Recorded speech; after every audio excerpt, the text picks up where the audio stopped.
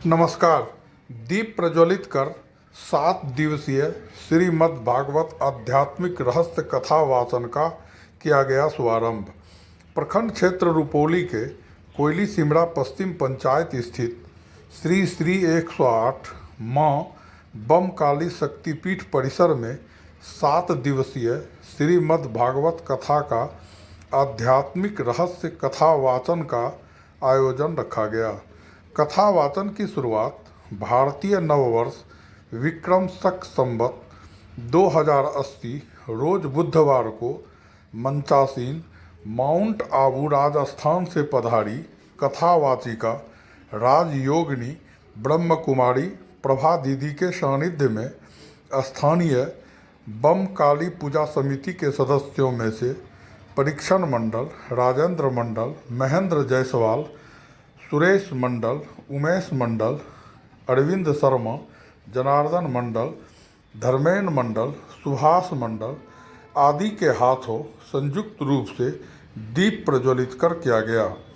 मंचाले कथावाचिका राजयोगिनी ब्रह्म कुमारी प्रभा दीदी ने अपने संबोधन में उपस्थित धर्म प्रेमी को कहा कि श्रीमद् भागवत गीता का ज्ञान हमें जीवन में श्रेष्ठ कर्मों के बीज को बोने की कला सिखाती है।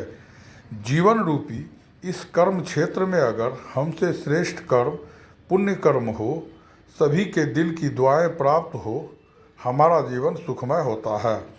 मानव कर्मों की गति बड़ी ही गहन होती है।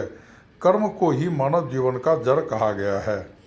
कर्म मनुष्य की वृत्तियों से प्रतीत होता है, इसलिए कहा गया है कि जैसा कर्म करेंगे वैसा फल देगा भगवान। यही है गीता का ज्ञान। मानव को कर्मों के आधार पर ही भोगना पड़ता है।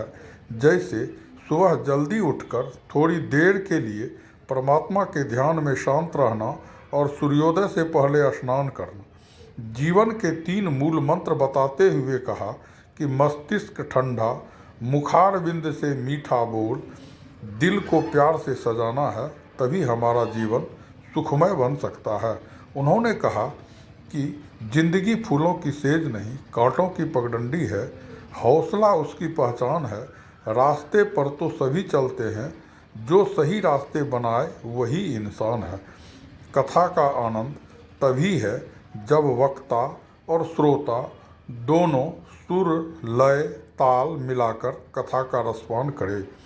प्रेम प्रकट हो जाए तो परमात्मा खुद प्रकट हो जाते हैं।